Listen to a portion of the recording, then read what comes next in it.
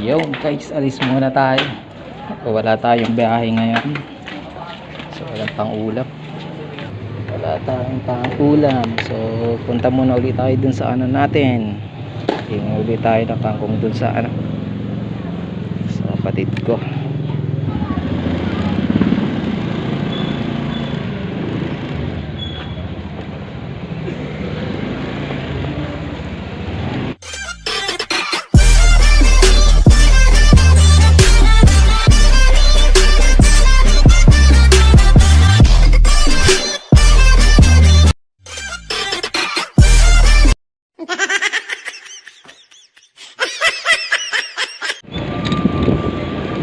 So yun guys, kamusta? So ngayon lang ulit tayo nakapag-vlog, mga ilang araw na.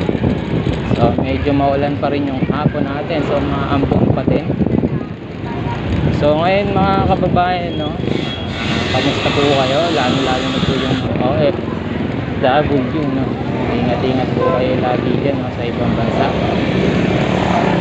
So yun nga guys, no, ngayon walang ano, hindi ako nakabiyahe ngayong araw kasi kanina medyo malakas ang ulan. Hindi ako nakabiyahe.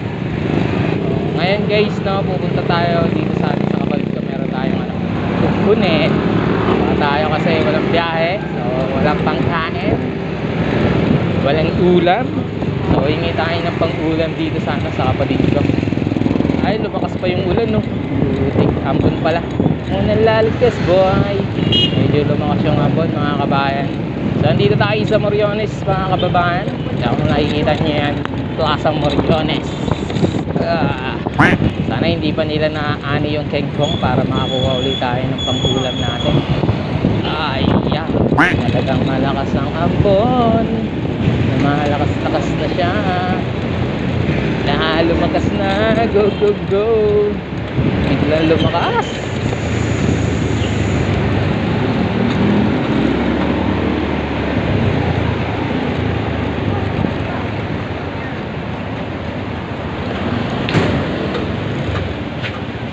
Ay, istorbo ulit. Bigla pang umulan, putik. Yan, umulan, no. Lumakas yung ulan. Lumakas yung ulan. Pwede dito tambay lang, saglit na. Ulan eh. Ulan. Ito yung kangkong, oh. Kababayan. Yan. Makakakuha tayo mamaya. Mamaya pagkatila ng ulan, kukuha tayo ng kangkong dyan. So ito dito, yung lugar na to dito mga kababayan, farm to. Bali ito yung may-ari. Yan yung may-ari ng farm dito. Si Ate Gigi. Yan, malaking farm dito yan, no. Hanggang dyan, no. Yan. Meron mga tanim na kangkong dito, kaya makikiani tayo mamaya. Lumakas ang ulan. Umulan na naman guys, oh. Yan. Probinsya yung dating dito sa loob. Pero ito mga kababayan, ay nasa tabi lang ng kalsada to. Nakasilita. Mamaya kukuha tayo ng kangkong doon sa part na to.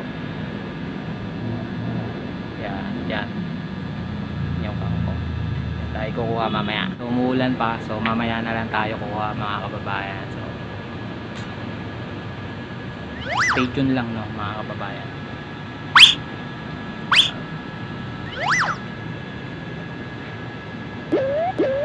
Yun, sa mga ano pala, no, sa mga hindi pa nakaka-subscribe ng channel, and hit mo na rin yung notification bell para laging updated ka sa mga video ko. And wag mo kalimutan mag-like and share mga kababayan. Salamat sa suporta. Yan, huminto na yung ano, ulan mga kababayan. So kuha na tayo, simulan na natin kumuha ng kangkong. Kuha tayo.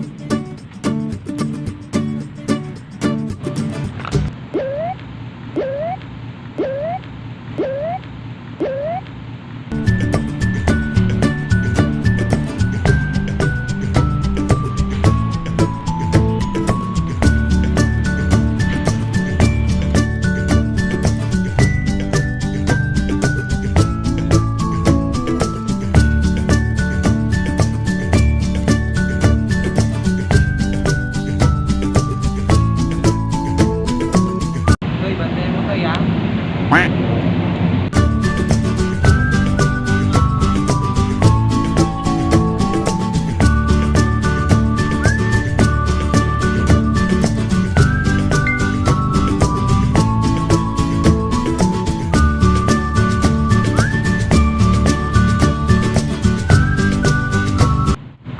pwede na yan mga kabayan, dami na natin nakuha. Pwede na pang ulam 2 araw. Joke lang. So nakihingi lang tayo dito kay ano, sa kapatid ko, kaya maraming salamat no, sa kangkong.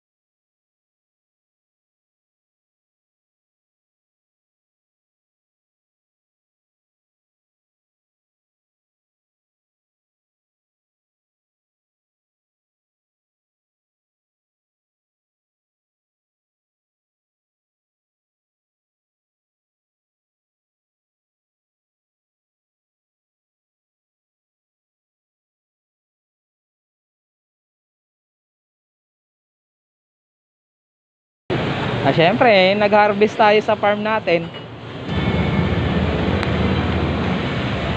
Nako. Kaya pauwi na tayo. Yo. Gong na tayo mga kabayan. Ingat-ingat pa rin sa mga nagmamaneho. Medyo madulas pa rin ang daan kasi ang ating panahon ulan tigil. Ulit-ulit na naman eh. Wala tayong dadaanan mga kababayan kasi naubusan ang kanilang kalan. Papadeliver na lang natin pero bayaran na natin, dadaanan natin mga kabayan. Ang bukas, ang problema sana may biyahe bukas. Grabe, talagang kulang na bulang ang biyahe na ko kahapon. Sayang nga kung nakabiyahe lang ako kanina. So, alam niyo mga kabayan, no, sa totoo lang pag wala talaga akong wala kaming ulam, no, isa sa mga takbuhan ko yung dyan, yung kinuha na natin ng kangkong ngayon, no. So, mga tanim ng kapatid ko yan dyan sa dyan sa may likod ng barangay nila. Kaya napakalaking bagay na sa atin na meron silang tanim doon kasi binibigyan tayo. Maraming salamat sa kanila. Kahit tayo may nakikinabang tayo sa tanim nila kasi bibira lang talaga sila kumain ng kangkong. Maliban na lang kung talagang nagsisigang sila, kumukuha sila, pero hindi naman lagi. Minsan pag may nakakahingi tayo. Kaya maraming salamat sa kapatid ko dyan na may tanim na kangkong sa barangay nila. So shoutout sa iyo kapatid. So maraming salamat.